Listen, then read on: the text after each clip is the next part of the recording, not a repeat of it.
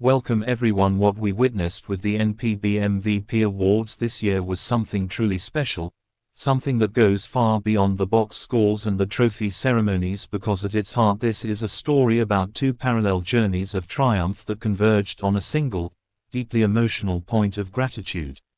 Let's start with the achievements themselves because they're monumental in their own right. First you have Hanshin's Teruaki Sato. This young slugger had a coming-of-age season that Tigers fans have been dreaming of for years. He was an absolute force at the plate, launching home runs and driving in runs with a consistency that lifted the entire team. His defense at first base improved dramatically and he played with a fiery passion that electrified Koshien Stadium. He wasn't just a good player this year, he was the cornerstone of a team that fought at the top of a brutally tough Central League. Winning this MVP award cements his status as one of the faces of Japanese baseball for the next generation. And then in the Pacific League you have a completely different but equally dominant story in Livan Moinelo, the Cuban sensation out of the Softbank Hawks bullpen. His season was a masterclass in relief pitching. His arm seems to be made of something otherworldly, with a delivery that baffles hitters and an era that was just microscopic. He wasn't just a closer, he was a weapon that his manager could deploy in the highest leverage situations to completely extinguish any hope for the opposing team. Winning games for Softbank is the standard, and Moinelo was perhaps their most reliable weapon in achieving that goal night after night. His MVP award is a rare and deserved honor for a relief pitcher, highlighting just how valuable he was to the Hawks machine.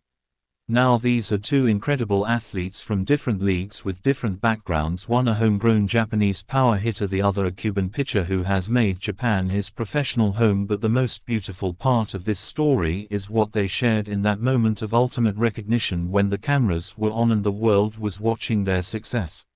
In his moment of glory, Teruaki Sato, with his voice thick with emotion, looked up and spoke directly to his grandfather in heaven. He shared how his grandfather was his biggest supporter, how he was there from the very beginning, probably watching a small boy swing a bat and dreaming the biggest dream imaginable. You could see the raw feeling on his face. This wasn't just a thank you, it was a fulfillment of a promise, a way to show his grandfather that all those years of support and belief had culminated in this, the highest individual honor the game can bestow. It was a grandson's love made public, a private bond celebrated on a national stage.